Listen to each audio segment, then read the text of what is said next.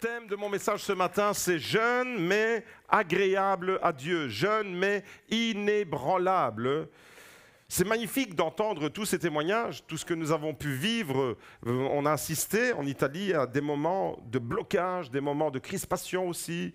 On ne veut pas embellir ou surenchérir, mais on a vécu des moments forts, des moments où on a vu la main de Dieu intervenir, on a vu des jeunes s'ouvrir au fur et à mesure de nos rencontres. Et aujourd'hui, vous avez eu juste un aperçu de ces merveilleux moments qu'on a pu vivre au-delà des beaux paysages, de la belle Calabre, de la mer, de la montagne et de ces villes que nous avons visitées. C'était magnifique. Et c'est magnifique d'entendre ces témoignages de jeunes chrétiens qui affirment leur foi comme ils l'ont fait. On l'a entendu à travers la vidéo de Giovanna et de Sophia, et on l'a entendu à travers les autres témoignages, des témoignages qui affirment leur foi en Jésus, qui n'ont pas honte de l'Évangile.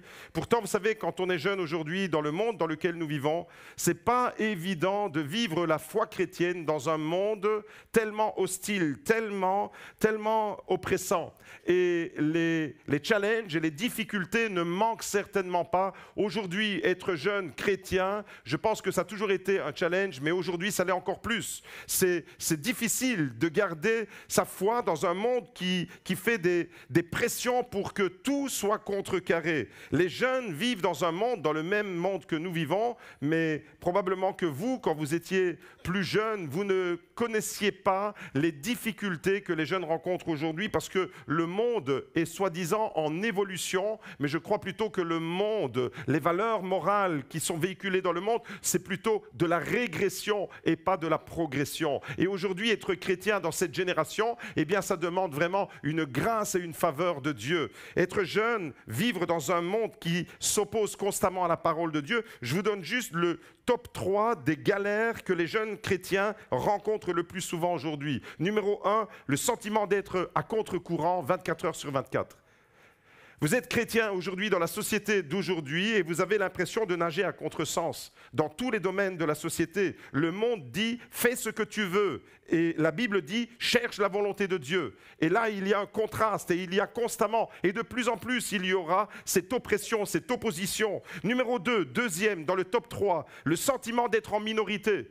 Vous êtes chrétien, peut-être que vous êtes chrétien seul. Des jeunes sont souvent chrétiens dans les écoles, dans une classe de 25 étudiants, et il n'y a peut-être qu'un chrétien dans la classe, il n'y en a qu'un qui marche avec Jésus. Et c'est difficile de garder sa foi, c'est difficile de rester intègre, c'est difficile de ne pas céder à la pression. Peut-être que c'est le cas aussi pour vous. Vous travaillez dans une équipe, et parmi tous vos collègues, eh bien vous êtes le seul chrétien, et il y a un sentiment de minorité. On n'est pas majoritaire, il y a une minorité. Et ça, c'est un challenge, c'est une difficulté, parce que ça nous met peut-être mal à l'aise d'être en minorité. Numéro 3, dans le top 3 des galères que les jeunes chrétiens rencontrent aujourd'hui, les tentations non-stop. Il y a des tentations avec ceci, il y a des tentations tout plein. Je ne vais pas poser la question qui a un smartphone aujourd'hui, parce que probablement que vous en avez 2, voire même 3. Et les jeunes, ils en ont peut-être même aussi 2, voire 3. Les tentations que nous pouvons rencontrer, que les jeunes rencontrent dans la société d'aujourd'hui, comme Instagram par exemple, TikTok, les séries, Netflix, la pornographie qui est à portée de main, avec un clic, eh bien vous pouvez tomber sur des sites qui sont complètement impurs et des soirées qui sont peut-être vraiment des pièges dans lesquels les jeunes peuvent tomber. Et puis le slogan, tout le monde le fait. Vous savez, si tout le monde le fait, c'est pas si mal, alors on va le faire aussi, vous voyez. Et comment rester clean, comment rester intègre, comment garder la foi dans un cœur pur, dans un monde qui se détourne toujours plus de Dieu. Comment être jeune aujourd'hui, je veux profiter du témoignage de nos jeunes pour réfléchir, mais ce message, il n'est pas destiné seulement aux jeunes, il est destiné à toutes les générations. Comment rester clean, vrai et centré sur Dieu dans un monde qui fait des pressions énormes. Et l'ennemi voudrait vraiment nous détourner de la volonté de Dieu, du plan que Dieu a pour notre vie. Dieu a un merveilleux plan pour chacune de nos vies, mais l'ennemi a un contre-plan et nous détourner de ce que Dieu veut, c'est sa mission. Dans la Bible, dans le livre de Daniel, Daniel chapitre 1, verset 8, ce matin, on va faire un focus sur Daniel qui était un adolescent de 15 ans. Quand le livre commence, vous savez, si vous lisez le livre de Daniel, vous êtes en train de lire une histoire d'une vie extraordinaire qui a été conduite par Dieu. Quand l'histoire commence, il a 15 ans. Au chapitre 10 du livre de Daniel, il a 85 ans. Vous imaginez? Donc ça couvre vraiment toute une vie. Comment on le sait? Eh bien parce que chaque fois dans le livre de Daniel, il y a des rois qui sont mentionnés, des rois babyloniens, des rois mèdes et perses, et avec toutes ces chronologies, ces indices chronologiques, on sait eh bien, situer le livre de Daniel dans l'histoire. Et on sait que l'histoire de Daniel commence quand il y a 4 jeunes, 4 adolescents de 15 ans qui sont déportés de Jérusalem à Babylone. Il y avait un roi à Babylone qui s'appelle Nebuchadnezzar, qui était anti-Dieu, et il avait juste pour mission de dénaturer la foi de Daniel et de ses compagnons. Alors qu'est-ce qu'il fait? Il va les déporter à Babylone et il va leur changer leur nom. Quand tu changes le nom de quelqu'un, c'est comme si tu voulais lui donner une autre identité. Il va les enseigner dans la science et les mystères, les lettres, la philosophie, les croyances de Babylone, qui étaient tout à fait à l'opposé de ce que les Juifs à Jérusalem croyaient. Le peuple de Dieu croit en un seul Dieu et la parole de Dieu était la révélation. À Babylone, c'est tout à fait l'opposé. Il y avait une multitude de dieux, il y avait toutes sortes de croyances, d'occultisme, des pratiques qui étaient complètement... C'est là-dedans qu'on retrouve Daniel. Il est déporté. C'est un jeune adolescent qui est déporté, qui est déraciné et qui se retrouve à des milliers de kilomètres de chez lui. Il a perdu tous ses repères. Et dans Daniel 1 au verset 8, dès le début, il est écrit « Daniel résolut dans son cœur de ne pas se souiller ». Parce que le roi avait organisé un banquet et la nourriture que les Babyloniens mangeaient, les Juifs ne pouvaient pas la manger. Et Daniel, du haut de ses 15 ans, déporté à Babylone, séparé de sa famille, plongé dans une culture païenne qui faisait pression, entouré de toutes sortes de tentations, Daniel aurait pu fondre. Il aurait pu se fondre dans la masse. Daniel aurait pu céder à la tentation, mais il a choisi de rester attaché à Dieu. Et ce matin, je lance un appel à chacun. Du plus jeune au plus âgé, reste attaché à Dieu malgré les pressions que tu subis, malgré les pressions qui voudraient te détourner. Reste fidèlement attaché, comme Daniel est resté attaché. Il a résolu dans son cœur. Tout était contre lui. Il n'a plus ses parents, il est déporté à Babylone sans ses parents. Il n'a plus son temple, il n'a plus son groupe de jeunes, même s'ils étaient 4, mais ils ont été déracinés.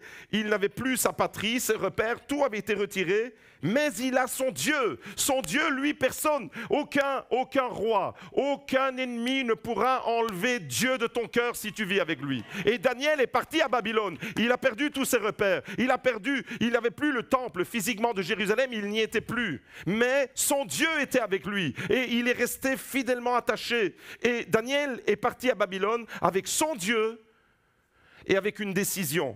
Et la question alors que je vous pose ce matin, et que je nous pose à tous autant que nous sommes, c'est comment un jeune de 14, 15, 16 ans, 17 ans, peu importe son âge, peut-il rester intègre et agréable à Dieu dans la génération d'aujourd'hui?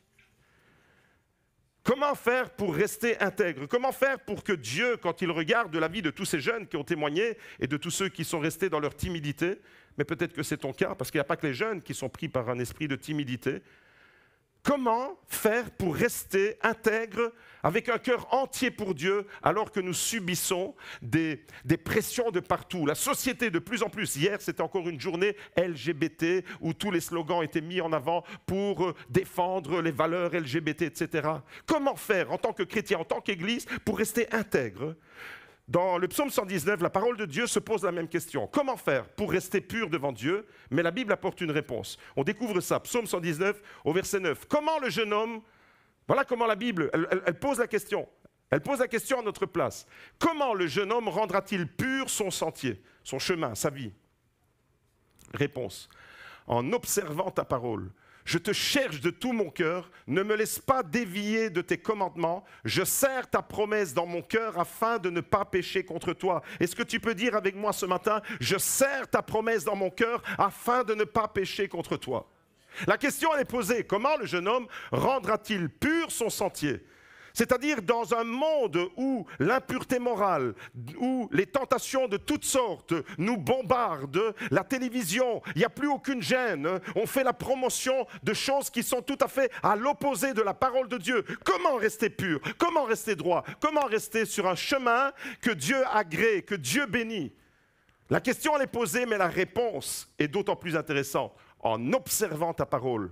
Quand la parole de Dieu, elle est dans le cœur des enfants de Dieu, eh bien c'est elle qui devient une puissance. Et je crois que si Daniel et ses compagnons sont restés intègres devant Dieu, c'est parce que la parole de Dieu était en eux, parce que les valeurs de Dieu étaient en eux. Et ça m'amène au premier point. Daniel était jeune, mais il était décidé.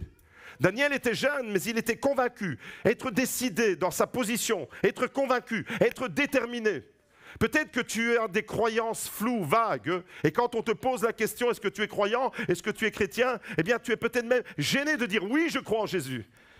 Et là, Daniel, du haut de ses 15 ans, il nous donne une leçon à tous. Il est jeune, certes. Vous savez, quand on dit oui, mais il est jeune, ça veut dire qu'il n'est pas très stable, il est influençable. Dans le langage populaire, dire oui, mais c'est un jeune, ça veut dire qu'on ne peut pas trop lui donner du crédit parce qu'il est jeune. Eh bien, avec Daniel, c'est tout à fait le contraire. Daniel, il est jeune, mais il est décidé, il est convaincu, il est déterminé. C'est pour ça qu'il est écrit Daniel résolu dans son cœur de ne pas se souiller avec la nourriture du roi de Babylone. À 15 ans, loin de chez lui, Daniel aurait pu céder à toutes ces pressions, mais il a pris une résolution intérieure. Et je crois que la clé pour que nous puissions résister dans un monde qui deviendra toujours de plus en plus hostile aux choses de Dieu, c'est de prendre une résolution intérieure ferme, comme Daniel. Être résolu dans son cœur, c'est-à-dire garder vraiment cette connexion avec Dieu, comme le dit le psaume 119, la parole de Dieu dans mon cœur, je serre tes promesses contre moi, je serre tes promesses, la parole de Dieu, cette Bible, cette lettre d'amour que Dieu nous a envoyée, gardez-la précieusement dans votre cœur, parce que c'est elle qui va vous permettre d'affronter les chemins de la vie, toutes sortes de tentations restent ancrées dans les promesses de Dieu.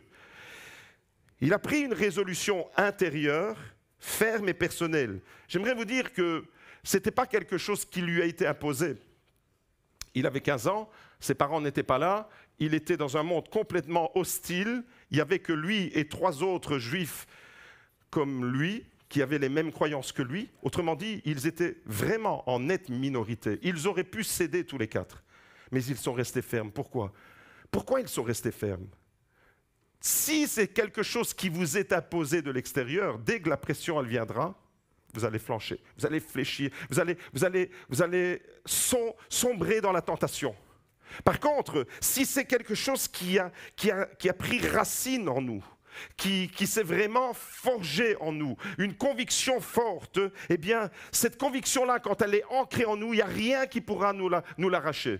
Et je crois que dans le cœur de Daniel, il y avait cette fermeté, il y avait cette décision. Il était décidé de rester et de plaire à Dieu, de rester intègre dans ses voies et de ne pas se compromettre et de ne pas se souiller avec son environnement. À 15 ans, Daniel fait le choix le plus courageux de sa vie peut-être. Parce que refuser ce que le roi à l'époque était un cinglé, le gars. Nebuchadnezzar, ce n'était pas un roi tendre, c'était un gars qui pour un oui ou pour un non te faisait brûler, te pendait à la potence. Et la décision, la prise de position, ose, chrétien aujourd'hui, dans la société aujourd'hui, ose prendre position pour ton Dieu. Daniel, c'est une leçon en cela. Il est ferme, il est décidé. Ose prendre position pour Dieu dans ta famille.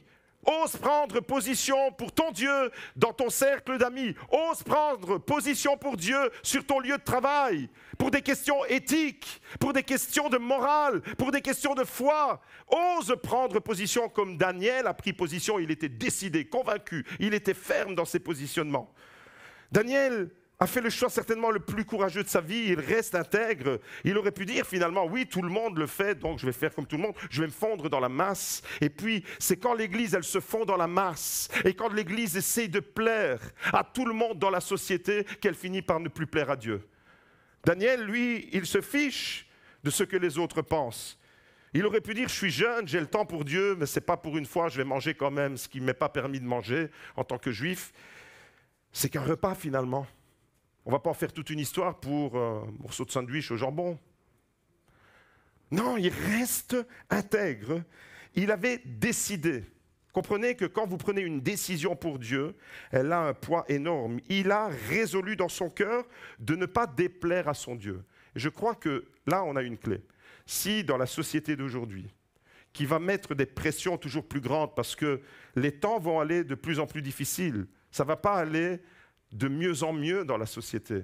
Je ne vais pas être un oiseau de mauvais augure pour vous, mais dans la société actuelle, la dégradation morale, elle va aller en s'intensifiant. Et l'Église, elle doit être comme un bateau qui navigue au milieu de cette mer agitée des philosophies, des croyances et des positions éthiques. Et Daniel, il est comme ce bateau agité, dans une mer agitée, mais lui, il est intègre, il est décidé. Premièrement, il est décidé, il est résolu. Et pour être aussi décidé, convaincu et déterminé, je crois qu'il faut avoir vécu une expérience forte avec Dieu. Pourquoi Daniel, il a pu résister à tous ces assauts? Parce que Daniel a vécu une expérience avec Dieu. Si toi qui fréquentes cette église, tu ne vis pas d'expérience avec Dieu qui chamboule, qui bouleverse ta vie, et si tu viens uniquement pour l'émotion, pour le côté fun, pour le côté waouh, on chante bien, waouh, il y a une belle atmosphère, waouh, le vendredi soir, on mange bien au cours alpha, si tu ne viens que pour toutes ces choses-là, le jour où il va y avoir un petit séisme dans ta vie, le jour où il va y avoir une petite zone de turbulence dans ta vie, tu vas céder. Pourquoi? Parce que tu n'as pas vécu ton expérience avec Dieu. Mais dès l'instant, comme Daniel, tu vis une expérience avec Dieu, dès l'instant où la parole de Dieu, comme le psaume 119 le dit, est gravée dans ton cœur, tu tiens la promesse de Dieu contre toi parce que tu sais en qui tu as cru, tu sais que tu as mis ta foi en lui et qu'il sera fidèle, il sera avec toi, même dans la fournaise, il sera avec toi. Eh bien, tu resteras intègre et tu ne céderas pas à la tentation. Combien de jeunes dans les familles chrétiennes n'ont pas encore vécu leur expérience et se laissent embarquer malheureusement. Tu es peut-être né dans une famille chrétienne. Il y a des jeunes adolescents qui sont nés et où ils ont été présentés comme le petit Andrea. Et puis malheureusement, ils n'ont pas vécu la suite. La présentation, c'est le démarrage. Mais il y aura une suite pour Andrea. Il y aura toutes ces expériences qu'il va pouvoir faire avec Dieu qui vont asseoir sa foi, qui vont ancrer la foi d'Andrea. Et ce qui est vrai pour Andrea est vrai pour chacun d'entre nous. C'est vrai pour toi, si tu ne vis pas des expériences fortes avec Dieu et si tu ne serres pas la parole de Dieu contre ton cœur, ton bateau il risque de chavirer dès la première vague. Aujourd'hui, les jeunes sont confrontés à des choix difficiles et ils ont besoin de nos prières. Et c'est pour ça que ce temps que nous avons vécu en Italie, il était béni. Il a été conduit par Dieu, non seulement en amont, mais également là-bas. Tout ce qu'on a pu vivre. Pourquoi? Parce qu'on est confronté, quand on est avec des jeunes pendant une semaine, du matin au soir, à des chamailleries, à des petites tensions, à des petites disputes. Ah, il m'a regardé de travers. Ils ne sont pas mieux ou pire que vous, hein. Ils fonctionnent comme les adultes, parce que c'est exactement le reflet de ce que nous sommes. Et on a dû être aussi, ça n'a pas été dit dans les témoignages, mais je vais être transparent avec vous, on a dû aussi être là, dans la prière, à genoux, de dire « Seigneur, je t'en supplie, interviens dans cette situation, ne permets pas que le diable divise, ne permets pas que le diable mette des jeunes les uns contre les autres. » Voyez, et quand on vit des expériences comme ça et qu'on voit l'intervention de Dieu, ça renforce la foi de ces jeunes. Et vous l'avez entendu dans les témoignages, au début, il y en a qui ne se parlaient même pas, mais à la fin, c'est devenu une bande d'amis. Pourquoi? Parce que tu vis une expérience. Aujourd'hui, être jeune dans ce monde dans lequel nous vivons, être tout simplement chrétien, être un disciple de Jésus dans le monde actuel, c'est être conscient qu'on va subir des pressions sociales. Être conscient. Vous savez, si tu t'es donné à Jésus pour que partout où tu arrives, on te déploie le tapis rouge, tu as fait le mauvais choix. Tu as fait le mauvais choix parce que Jésus, le rouge, vous savez où il avait? Sur ses mains, quand il a été crucifié. C'est le rouge de son sang. Mes amis, aujourd'hui, être chrétien, c'est être devant des choix. Être devant des situations qui demandent vraiment la sagesse de Dieu, c'est subir, être jeune et être jeune chrétien aujourd'hui dans la société, c'est subir les assauts des compromissions. C'est les compromis au niveau moral, à tous les niveaux. C'est les séductions de tout genre, toutes sortes de distractions. C'est ça, aujourd'hui, être chrétien dans la société high-tech, la société Instagram, TikTok et compagnie. Mais j'aimerais vous dire ce matin que l'âge, que tu aies 14 ans, 15 ans, 16 ans, 17 ans comme ces jeunes, ou peut-être que tu aies 63 ans, 74 ans, 85 ans comme Daniel à la fin de son livre, l'âge importe peu. L'âge ne limite pas l'engagement que tu peux avoir pour Dieu. Tu peux être jeune et pur devant lui. Tu peux être jeune, tu peux être moins jeune et rester intègre devant lui. Et le monde alors, j'aimerais vous dire que le monde, il forme des suiveurs, des moutons qui suivent la vague, qui suivent le mouvement. Mais Dieu, lui, il cherche des jeunes et des moins jeunes qui osent se lever et qui osent se démarquer pour leur Dieu. Est-ce que ce matin, au GLC Baudour, il y a des hommes et des femmes, des jeunes et des moins jeunes, qui disent « Je vais me lever pour Dieu. Je vais me lever comme Daniel s'est levé à Babylone, dans un contexte complètement hostile. N'attends pas que ton environnement extérieur soit favorable pour que ta foi puisse être enfin tranquille, pépère, cool. » Non, même si tu es à Babylone, l'antithèse de Jérusalem, Jérusalem, Yerushalayim, la ville du shalom, Babylone, la confusion, là où l'ennemi vient complètement brouiller les cartes. Même si tu es à Babylone, tu peux garder ton intégrité. Même si tu es à Babylone, tu peux rester droit avec Dieu. Tu peux garder cette parole dans ton cœur. Et j'aimerais vous dire ce matin, c'est bien que les témoignages des jeunes aient eu lieu en même temps que la présentation du petit Andrea, parce qu'on voit comme une continuité. Et j'aimerais vous dire que plus tu es jeune quand tu donnes ta vie à Jésus, et plus longtemps tu pourras le servir. Et plus grand sera ton impact. Plus jeune tu donnes ta vie à Jésus. Si tu attends la fin de ta vie sur ton lit de mort pour dire « Seigneur, pardonne-moi », il va te pardonner. Parce qu'il est Dieu. Mais tu auras passé complètement toutes tes années de ta vie, complètement à côté de ta mission. Mais plus tu prends la décision de suivre Jésus jeune, en étant jeune. C'est pour ça que c'est important que les églises, notre église et le peuple de Dieu prennent conscience que c'est vital de s'investir pour la jeunesse. C'est vital de s'investir au GLC Kids pour les enfants, au Baby Club, pour garder les enfants. Pas seulement pour les garder comme s'ils étaient au parking de l'église. Vous savez, vous arrivez, vous rangez votre voiture au parking et puis il y a un autre parking, c'est l'école du dimanche, vous garez votre enfant au parking. Ce n'est pas un véhicule, votre enfant. Il est pris en charge par des monitrices qui vont lui transmettre la parole de Dieu. Et c'est tellement important pour l'Église de comprendre que plus petit il est, mieux c'est, parce que son cœur, il est tendre et il va recevoir l'amour de Dieu. Ne manquez pas les cultes, amenez vos enfants à l'église, donnez l'habitude à vos enfants de recevoir, de structurer leur semaine, leur temps, sachant que le dimanche, c'est le premier jour de la semaine, on commence en mettant le Seigneur devant et on organise le reste de notre vie avec le Seigneur en priorité. Pourquoi? Parce qu'un jour, votre enfant, il ne restera pas enfant, ce sera un jeune adolescent, ce sera un jeune adulte, il aura 20 ans, vous n'aurez rien compris. Et il se retrouvera dans le marasme de cette vie babylonienne dans laquelle nous sommes, avec toutes sortes d'oppressions. Mais si tu n'as pas gravé dans son cœur la parole de Dieu, si Daniel n'avait pas reçu dans son jeune âge la parole de Dieu, l'expérience qu'il a vécue avec Dieu, il aurait été emporté avec tous ces courants à Babylone. Vous comprenez combien c'est important et fondamental d'ancrer nos enfants dans les promesses de Dieu. Plus jeunes, ils font leur expérience, plus jeune, tu donnes ta vie à Jésus, et plus longtemps tu pourras le servir, et plus grand sera ton impact. Parce que tu vas grandir dans la vie chrétienne, avec de l'expérience. Charles Spurgeon, il est connu pour être le prince des prédicateurs. Regardez sa belle photo, elle va apparaître à l'écran. Charles Spurgeon, il a donné sa vie à Jésus à l'âge de 15 ans. L'histoire nous dit que cet homme, il a prêché à des multitudes, à des milliers et des milliers de personnes, et il a fondé collège biblique, orphelinat. Aujourd'hui encore, les théologiens parlent de lui comme étant le prince des prédicateurs. Il avait une manière de prêcher exceptionnelle. Et il a impacté l'Angleterre de par ses sermons qui aujourd'hui encore sont médités par des millions de personnes sur Internet. 15 ans. La vie de cet homme a basculé. À 15 ans, il donne sa vie à Jésus. David Wilkerson, peut-être que vous le connaissez un peu mieux. David Wilkerson, c'était le pasteur de Nicky Cruz. David Wilkerson, lui, il était tout jeune quand il a donné sa vie à Jésus, puisque à 21 ans, il avait déjà terminé ses études de théologie et il est devenu pasteur à 21 ans. Donc ça veut dire que son expérience avec Jésus, il l'a eu bien avant cette consécration. Et il est devenu un des pasteurs les plus influents au XXe siècle, et fondateur de la société Teen Challenge qui s'occupe des toxicomanes. Son ministère a pris une ampleur internationale, une envolée parmi les toxicomanes dans les milieux de gangs, de gangsters à New York. Et aujourd'hui, Teen Challenge est connu dans le monde entier. À 21 ans, il était pasteur.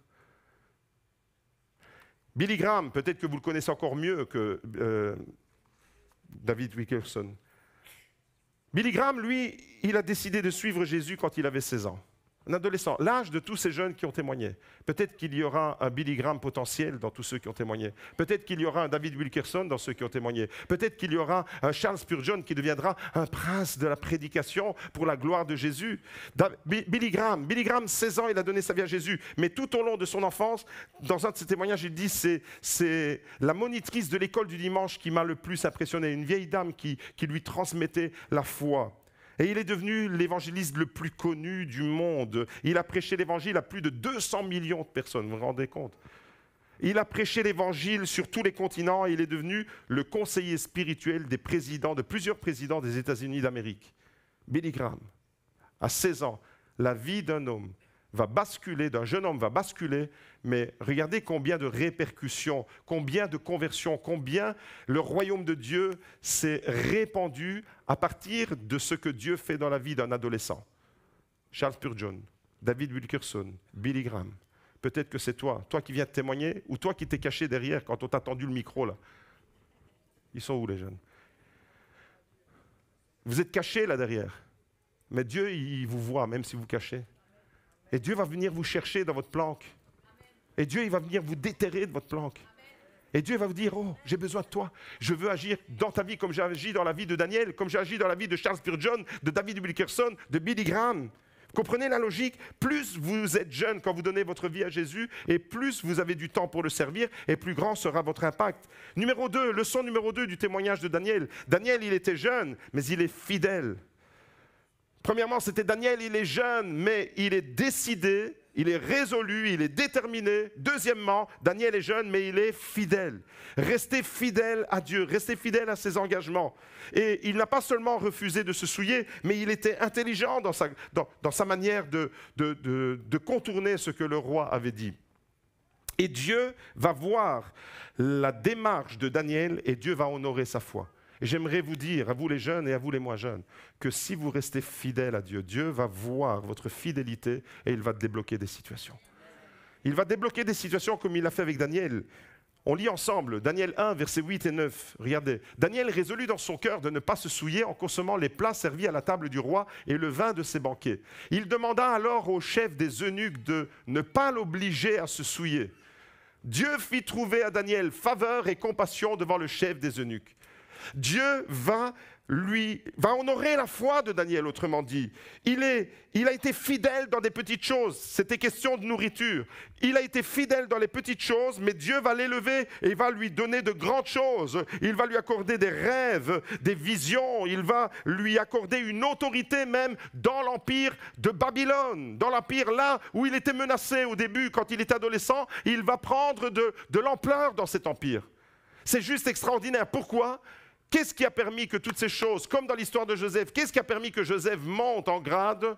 Sa fidélité. Il est resté lui aussi. Il y a un parallèle entre Joseph et Daniel. L'attitude de Joseph, elle était déjà dans la même lignée que celle de Daniel, si vous connaissez l'histoire de Joseph. Il est resté intègre contre toutes ces pressions qu'il subissait en Égypte. Daniel à Babylone. Et ça, c'est un principe que j'aimerais vous laisser.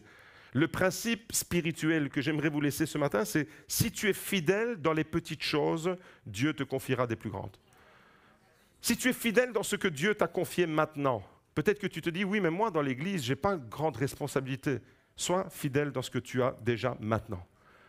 N'ambitionne pas des choses qui te font rêver, avant d'être fidèle dans ce qu'il t'a confié. Parce que le chemin avec Dieu passe par là. C'est sois fidèle dans les petites choses et Dieu te confiera de plus grandes. Comme il a fait avec Daniel. Daniel, il est resté fidèle du haut de ses 15 ans. Il n'a pas suivi le mouvement. Il est même devenu le leader. Il va impacter les autres. Et il ne va pas chercher l'approbation des Babyloniens. Il ne va pas chercher à plaire aux Babyloniens. Il va chercher l'approbation de Dieu. Et ça, c'est un autre principe spirituel du royaume de Dieu. C'est recherche l'approbation de Dieu et pas celle des hommes. Recherche l'approbation de Dieu. C'est-à-dire, soucie-toi dans n'importe quelle situation, c'est est-ce que Dieu apprécie, est-ce que Dieu approuve le positionnement que j'ai maintenant? Est-ce que Dieu approuve ce que je suis en train de faire? Est-ce que Dieu approuve ce que je suis en train de dire? Est-ce que Dieu approuve mes décisions, les choix? Je suis en train d'embarquer ma famille. dans une décision qui peut-être sera irréversible. Je suis peut-être en train de prendre une décision qui va déchirer ma famille. Est-ce que Dieu approuve ma décision? Oui ou non? Ne prends pas des décisions comme ça à la légère, mais cherche la volonté de Dieu. Et je crois que c'est ça qui a fait la différence dans la vie de Daniel. C'est qu'il est resté intègre et fidèle à son Dieu, et il ne cherche pas à plaire aux hommes, il cherche à plaire à son Dieu. Et je crois que c'est ça la clé d'une vie de qualité. On regarde tellement, vous savez, aujourd'hui on est dans un monde où on tient compte beaucoup du regard des autres. On tient compte du regard des autres parce que le regard des autres, il peut être intimidant. Les jeunes tous n'ont pas osé témoigner. Vous savez pourquoi? Parce qu'il y avait vos regards qui étaient posés sur eux. Et les regards que le monde pose sur nous, il peut être intimidant. Mais il n'y a pas que les jeunes. Si j'appelle comme ça au hasard quelqu'un à venir ici témoigner, peut-être que c'est la même chose. Pourquoi? Parce que tu n'es pas à l'aise avec le regard. OK? Mais Daniel, lui, s'en fout du regard des autres. Ce qui compte, c'est le regard de Dieu. Ce qui compte pour Daniel, c'est je reste intègre parce que le regard de Dieu, il est plus important. Je me fiche que tous dans la cour babylonienne, tous sont avec des yeux peut-être prêts à me fusiller, peut-être prêts à me tuer. Non, c'est le regard de Dieu qui m'apporte. Et plus tu vas grandir dans la recherche du regard de Dieu et de l'approbation de Dieu, et plus tu vas t'épanouir.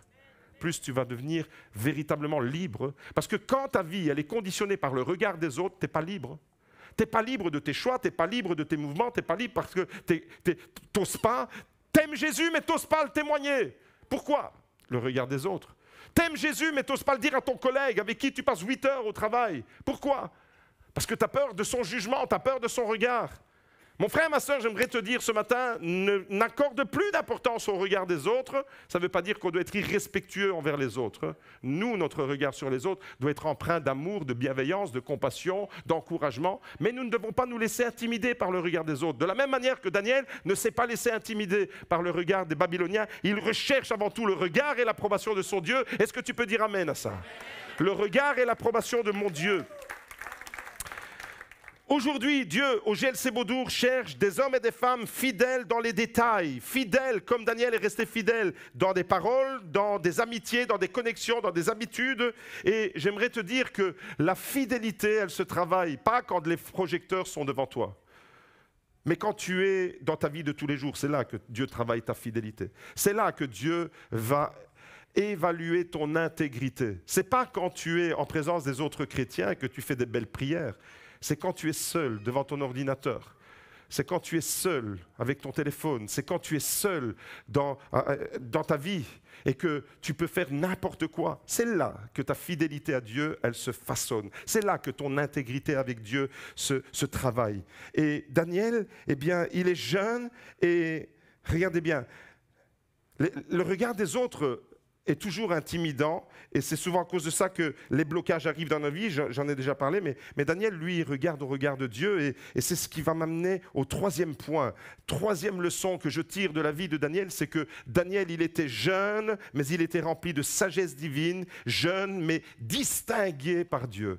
Il était distingué, ça veut dire que Dieu l'avait distingué. Waouh! Le regard de Dieu, parce que le regard de Dieu était la chose la plus importante dans la vie de Daniel. Le regard de Dieu s'est posé sur Daniel et Dieu a repéré cet homme comme il a repéré Noé. Il y a un Noé avec nous aujourd'hui. Il a repéré Noé. Il l'a repéré où, Noé? Il l'a repéré au milieu, lui aussi, d'une génération complètement corrompue. Mais la Bible dit que Noé, lui, il était juste et intègre et il marchait avec son Dieu. Pourtant, autour de lui, c'était comme à Babylone. La même position, Noé, autour de lui, tout était complètement ténébreux, mais lui, il marche avec intégrité avec son Dieu.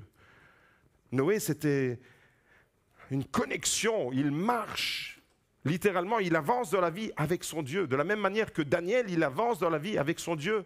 Et ce matin, je crois que tu peux mettre ton nom si tu prends la même décision, que tu sois jeune ou moins jeune, que tu aies 15, 16, 17, 18 ans, ou 34, 36, 38, 40 ans, 50 ans, 52 ans, peu importe ton âge, tu peux marcher avec intégrité. Être distingué par Dieu, ça veut dire quoi? Daniel 1, verset 17. Dieu donna à ces 4 jeunes gens, donc Daniel et ses 3 autres amis, de la science, de l'intelligence dans toutes les lettres et de la sagesse. Et Daniel expliquait toutes les visions et tous les rêves. Dieu avait donné à Daniel un équipement spirituel pour vivre pleinement sa foi, sa connexion avec Dieu dans un milieu complètement hostile. On a reçu le Saint-Esprit. Est-ce que tu as reçu le Saint-Esprit? J'espère que le 24 mai, tu seras avec nous pour plonger encore dans la présence du Saint-Esprit. Mais regardez, l'Esprit, qu'est-ce qu'il fait? L'Esprit, il te donne quoi? L'Esprit, il te donne accès à la sagesse de Dieu. L'Esprit, il te donne accès aux bontés de Dieu. L'Esprit te donne les armes de Dieu. L'Esprit t'équipe. C'est un équipement qu'il nous donne. Daniel reçoit avec ses compagnons, il reçoit la science, l'intelligence dans toutes les lettres, la sagesse, et il est capable d'expliquer les mystères de Dieu. Les mystères des visions et des rêves. Et ce n'était pas simplement une intelligence purement humaine, ce n'est pas une intelligence bassement terrestre. Il est question ici de la sagesse d'en haut, comme le dit Jacques dans son épître, recherchez non pas la sagesse des hommes, mais la sagesse d'en haut. Et je crois ici, dans le cas de Daniel, c'est qu'il était vraiment imprégné de son Dieu, alors que le Saint-Esprit n'était pas encore donné comme nous l'avons nous aujourd'hui. OK ? Donc nous avons encore un plus grand privilège. Le Saint-Esprit habite vraiment le cœur de chacun des enfants de Dieu. Et donc on a accès directement à ces ressources. L'esprit de force, l'esprit de sagesse, l'esprit de discernement, l'esprit de témoignage. Et Daniel va recevoir des révélations que même les rois ne comprenaient pas à l'époque, du haut de ses 14, 15, 16, 17 ans. Alors écoutez bien ceci, j'ai noté ceci. La consécration de ta vie va attirer la révélation de Dieu dans ta vie. La consécration attire la révélation. Si tu es consacré à Dieu, Dieu va se révéler à toi. Mais si tu te désintéresses de Dieu, eh bien, de temps en temps, tu te contenteras d'un tweet qui tombe dans ta boîte mail. Ah, j'ai reçu un message du top chrétien. Ah, j'ai reçu la pensée du jour. Mais tu n'es pas connecté avec ton Dieu. Mon frère, ma sœur, plus tu es consacré à Dieu, plus tu es près du cœur de Dieu, et plus tu as accès aux révélations de Dieu. C'est ça que ça veut dire. C'est merveilleux parce que c'est une question de proximité. Vous comprenez pourquoi alors Daniel, il était près de Dieu, il était près du cœur de son Dieu. C'est ça qui l'a maintenu. Il était décidé, il était fidèle, mais il était rempli de sagesse, il était distingué par Dieu. Dieu l'avait équipé. Et à l'âge de 17-18 ans, un peu plus tard, Daniel devient 10 fois plus sage que tous les sages de Babylone réunis. Il est le seul qui est capable d'expliquer les rêves du roi de Babylone. Alors remarquez qu'à un moment donné, le roi fait un rêve. Et il convoque tous les sages et il dit, voilà, j'ai fait un rêve, j'aimerais qu'on me l'explique. Or, les interprètes des rêves disent, mais donne-nous ton rêve et on te donnera l'interprétation. Et le roi dit, non, ça ne va pas se passer comme ça. Je ne vais rien vous dire, je ne sais pas. Je veux que vous me disiez de quoi j'ai rêvé.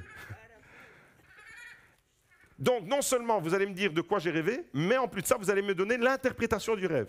Et celui qui n'est pas capable de le faire, je vais le dézinguer. Vous imaginez le coup de pression?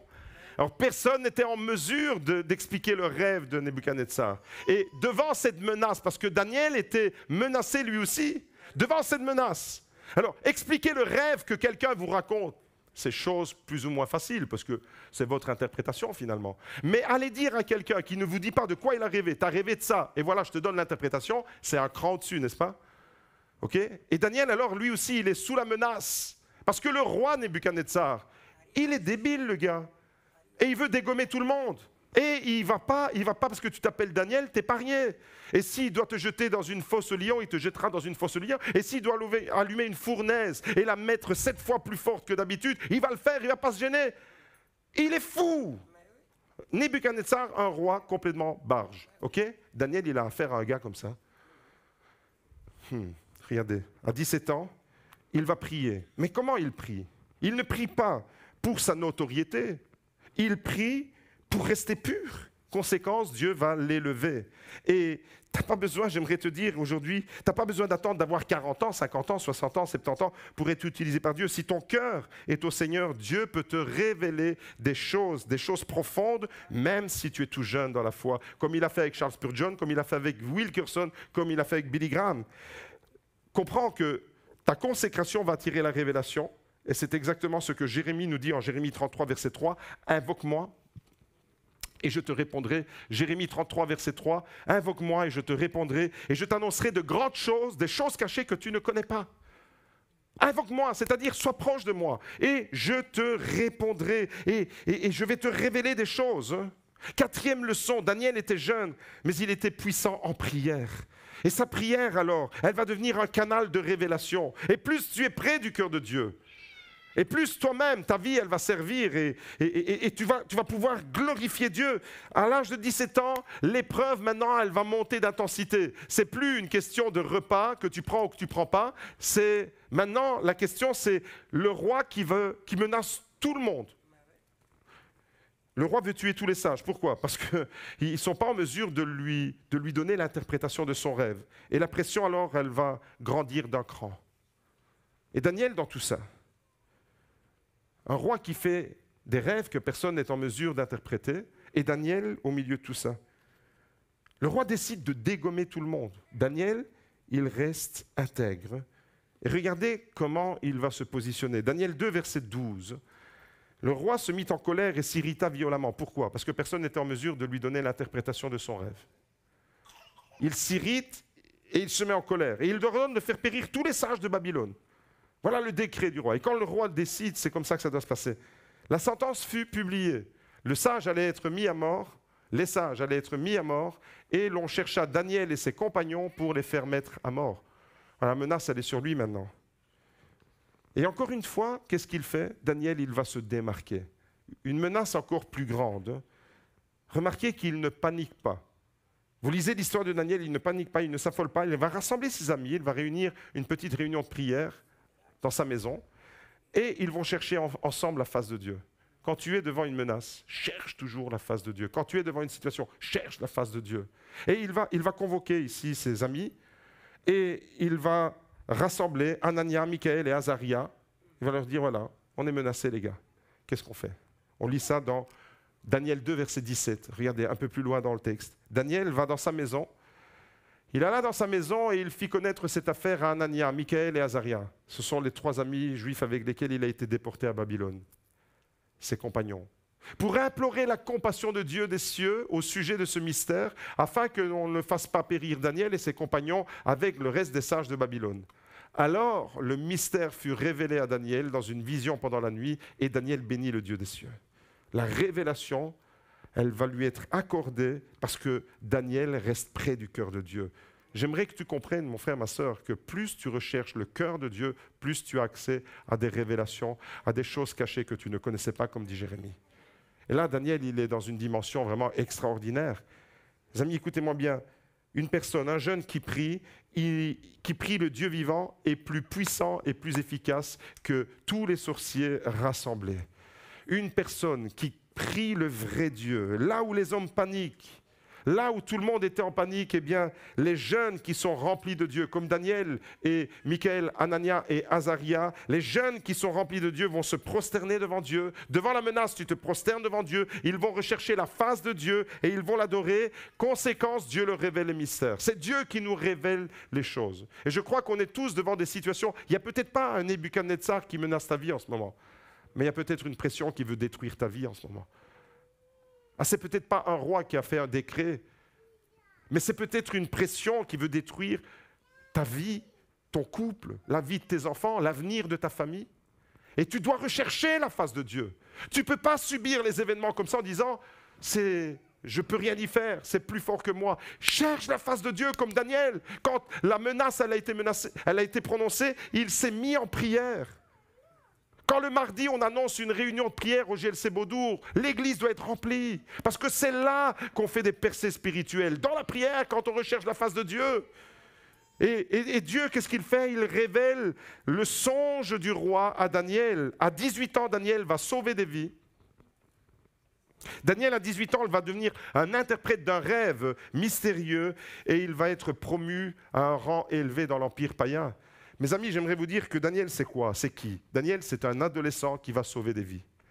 Un adolescent, de par sa consécration à Dieu, de par son engagement, de par sa fidélité, de par sa proximité avec Dieu, de par sa consécration, Dieu va lui accorder la révélation et Daniel va devenir un adolescent qui va sauver des vies par la prière. Parce qu'il est près du cœur de Dieu. Peut-être que tu sens que tes enfants se menaçaient. Cherche la face de Dieu. Il y a des parents qui sont en détresse pour leurs enfants. Allez voir Isabella, il y a la réunion des mères en prière. Cherche la face de Dieu. Si tu cherches Dieu dans le secret, il te révélera des choses que personne ne pourra jamais te révéler. Si tu cherches Dieu dans le secret, je m'adresse aux jeunes, si vous cherchez Dieu vraiment de tout votre cœur dans le secret, il vous révélera des choses que l'école ne vous apprendra jamais, que l'université ne vous apprendra jamais. Et tu peux changer aujourd'hui ta génération, même si tu es jeune, à condition que Dieu t'utilise. Si Dieu t'utilise, que tu sois jeune ou moins jeune, que tu aies 14, 15, 16 ans ou que tu en aies 63, peu importe ton âge, si tu cherches Dieu de tout ton cœur, tu peux changer ta génération. Tu peux changer, autrement dit, le cours de l'histoire. Est-ce qu'on réalise l'importance de la prière? On peut changer le cours de l'histoire.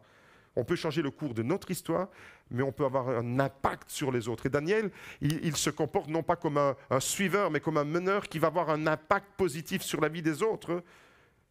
La prière de Daniel va faire la différence. C'est à ce moment-là que Dieu va lui révéler, et c'est à ce moment-là que se joue sa délivrance. Mes amis, j'aimerais vous dire que la prière, elle n'est pas réservée aux pasteurs.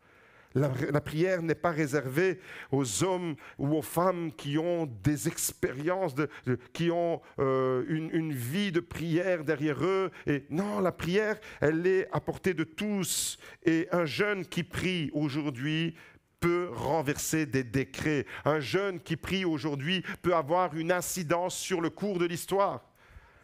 Un jeune et un moins jeune, Dieu écoute la voix de ceux qui le cherchent de tout cœur, quel que soit leur âge. Si tu cherches Dieu de tout ton cœur, Dieu entend ta voix. Est-ce que tu le cherches de tout ton cœur? Je vais inviter l'équipe de louange à me rejoindre et on va terminer ce culte en consacrant nos vies à Dieu. Daniel, mes amis, Daniel, c'est le témoignage de quelqu'un qui n'a pas attendu d'être adulte pour plaire à Dieu. Qu'est-ce que ça veut dire? Ça veut dire que bien souvent on dira, mais plus tard je ferai ça, plus tard. Et Daniel, c'est quelqu'un qui ne dit pas plus tard. Daniel, c'est quelqu'un qui dit maintenant. Maintenant, je vais prendre ma vie en main. Je choisis de rester intègre maintenant. Je choisis dès sa jeunesse. Daniel, qu'est-ce qu'il a choisi? Daniel a choisi dès sa jeunesse d'être différent. Ose la différence. Ose te démarquer. Ose être pas comme tout le monde. J'ai parlé avec quelques jeunes qui me disaient, pasteur, c'est pas facile, hein, l'école, je suis tout seul en tant que chrétien. Ose faire la différence. Ose consacrer ta vie dès maintenant. Ose dire à Dieu, Seigneur, je suis jeune, je suis moins jeune, j'ai mes petits moyens, je n'ai pas beaucoup de capacités, mais ce que j'ai, je l'ai avec mon cœur, je te le donne, je t'offre mon cœur, je t'offre ma vie, je veux te donner mon cœur, je veux consacrer ma vie. Daniel, c'est ça. Daniel, c'est quelqu'un qui ose, dès sa jeunesse, être différent, consacré, utile à Dieu. Seigneur, je veux me rendre utile dans ton œuvre. Seigneur, je veux me rendre utile pour le témoignage de l'Évangile. Seigneur, je veux me rendre utile. Je veux que tu me remplisses de cette sagesse, mais de cet esprit de révélation. Je raconte juste un petit témoignage qu'on a vécu en Italie. Un esprit de révélation. Un soir, on avait visité, on avait passé un bon moment à l'extérieur et puis, comme tous les soirs, on se rassemblait pour vivre un moment. Josué prenait la parole, un temps de prière, partageait une pensée et puis moi j'intervenais toujours après Josué. Mais ce soir-là, j'avais décidé de ne pas intervenir. Je me suis mis sur le côté, je priais pour les jeunes, Josué parlait, les jeunes étaient là, ils écoutaient. Et je me suis mis sur le côté, là où on mangeait. Et avec Sofia, que vous avez entendu dans le témoignage, j'avais une autre fille, Federica, qui ne parle pas italien et qui est venue. À toutes nos réunions, elle était là. Qui ne parle pas français, pardon. Elle parle italien. Elle vit là-bas, vous avez compris. Donc elle ne parlait pas français, mais elle était là. Elle est au milieu de nous. Et j'avais décidé ce soir-là de ne pas parler. Et puis tout d'un coup, l'Esprit me dit, lève-toi, parle et partage. J'attends que Jésus ait terminé, et puis je me déplace, et je vais me mettre devant les jeunes, et je leur dis, écoutez, je vais vous raconter une histoire que j'ai entendue il n'y a pas longtemps. Pour ceux qui connaissent le football, Francesco Totti, c'est un joueur célèbre des années passées, maintenant il est à la retraite. Et dans une interview, il dit ceci. Il dit, je suis allé dans une prison, et dans les prisons, il y a toutes sortes de personnes incarcérées. Il n'y a pas que des supporters de l'AS Roma. Lui, il était joueur de l'AS Roma. Il y a des supporters de toutes les autres équipes. Et quand je suis arrivé, il n'y avait plus tellement de différence entre supporters de l'AS Roma et des autres clubs. Il y avait Francesco Totti qui parlait à des prisonniers. Et tout le monde était là, tout le monde avait envie d'entrer. Et puis, il est interpellé par un gars qui vient le voir et qui voulait à tout prix parler avec lui, donc il s'est approché. Et il lui dit, je pouvais être libre la semaine dernière, mais j'ai su que tu venais dans la prison et j'ai accepté de rester dans la prison une semaine de plus pour te rencontrer. Waouh! Je raconte ça aux jeunes. Je leur dis, les gars, il y a un gars qui a renoncé à sa liberté pour passer 5 minutes avec Francesco Totti en train de lui parler. Il a renoncé à sortir. Je ne sais pas combien d'années il était incarcéré. Mais normalement, un prisonnier, quand il peut être libéré, la première chose qu'il fait, c'est qu'il court vers l'extérieur, vers sa liberté. Mais le gars, il renonce à la liberté pour passer un moment avec Francesco Totti. Eh bien, ce témoignage-là, il m'a fait penser à nous, chrétiens. Est-ce que tu es prêt à renoncer à certaines choses pour passer du temps avec Jésus? C'est bien plus que Francesco Totti. Est-ce que tu es prêt à renoncer à quelque chose le dimanche matin, pourvu que tu viennes dans la maison de Dieu pour le louer, pour l'adorer, pour être connecté avec lui? Est-ce que tu es prêt à renoncer à des choses dans ta vie concrète? Et je partageais ça aux jeunes. Et ce soir-là, cette fille, Federica, qui ne parle pas un mot de français, a tout compris. Dieu lui a donné un esprit de révélation. Tout ce que je disais en français, elle avait compris et elle a été impactée. Et cette fille s'est approchée de Dieu et elle s'est donnée à Dieu. Et plusieurs fois, on a prié avec elle. Un esprit de révélation qui va au-delà du langage. Vous savez, on croit, en tant qu'église de Pentecôte, on croit aux dons spirituels, on croit au parler en langue. Mais moi, je crois aussi à l'oreille en langue. C'est-à-dire que tu entends une langue que tu ne comprends pas, mais tu la comprends dans l'esprit, comme ça a été le cas de Federica. C'est juste énorme. Mes amis, un esprit de révélation. Cet esprit de révélation, il était sur Daniel. Et vous avez compris que Daniel, parce qu'il avait un esprit de révélation sur lui, il a été déterminant pour le reste de l'histoire. Si tu as un esprit de révélation sur toi, tu vas être déterminant pour ton histoire, pour l'histoire de ta famille et pour l'histoire de toutes les personnes que tu vas rencontrer. Pourquoi? Parce que Dieu va parler à travers toi, parce que Dieu va agir à travers toi. Mais pour que Dieu parle à travers toi, pour que Dieu agisse à travers toi, il faut que tu recherches la connexion avec ton Dieu. Il faut que tu recherches une plus grande consécration, te donnera accès à une plus grande révélation. La consécration de ton cœur et de ta vie, c'est-à-dire la recherche, l'intimité avec ton Dieu. Mon frère, ma soeur, j'aimerais te dire, quel que soit ton âge, donne-toi Dieu. Et on va terminer ce culte ce matin en consacrant nos vies. On va terminer maintenant et on va demander à Dieu de nous donner cet esprit de sagesse. Comme il est écrit dans Ecclésiaste 12, verset 1. Souviens-toi de ton Créateur pendant les jours de ta jeunesse. Souviens-toi de ton Créateur. Souviens-toi maintenant de ton Créateur. Quelle est la place que tu lui donnes? Souviens-toi de ton Dieu. Dieu t'appelle aujourd'hui, quel que soit ton âge, quel que soit ton rang, quel que soit ton sexe, homme ou femme. Dieu t'appelle aujourd'hui, tu peux être agréable à ton Dieu, comme Daniel a été agréable. Faire la différence dès maintenant. Si tu décides, comme Daniel, de ne pas te souiller, de rester fidèle, de prier avec foi et de recevoir cette sagesse, cet esprit de révélation, il va se passer quelque chose de puissant en toi. On va terminer ce culte et on va prier pour l'équipe d'évangélisation qui va partir en mission avec Catherine et avec toute l'équipe. Nous voulons remettre ceux qui vont aller et nous voulons réclamer un esprit de révélation aussi sur ce home. Père, dans le nom de Jésus, tu nous dis dans ta parole que la promesse, elle est pour nous, quel que soit notre âge. Mon frère, ma soeur, j'aimerais te dire, Peut-être que tu te dis, oui, mais tout ce message, il était destiné plus aux jeunes, pas pour moi. Moi, maintenant, je suis âgé, j'ai les cheveux blancs, qu'est-ce qui me reste? Regardez ce qu'il est écrit, Ésaïe 46. J'aimerais te dire, si tu ne te sens pas concerné, alors tu te trompes. Parce que la promesse, elle est valable aussi pour toi, quel que soit ton âge. En Ésaïe 46, au verset 4, il est écrit, retiens ce verset si tu as les cheveux blancs, « Jusqu'à votre vieillesse, je serai le même. Jusqu'à votre âge avancé, je vous soutiendrai. Je l'ai fait et je veux encore vous porter, vous soutenir et vous libérer. » Dieu n'a pas agi dans la vie de Daniel quand il avait 15 ans seulement. Dieu, il a agi dans la vie de Daniel quand il avait 40 ans, 52 ans, 67 ans, 82 ans et 85 ans. Ce sont tous les chapitres qui sont à la suite. C'est-à-dire que dans son âge avancé, Dieu n'avait pas changé. Et le message, il est pour toi. Si tu recherches le Dieu de Daniel, eh bien, ce que Daniel a vécu, tu vas le vivre toi aussi.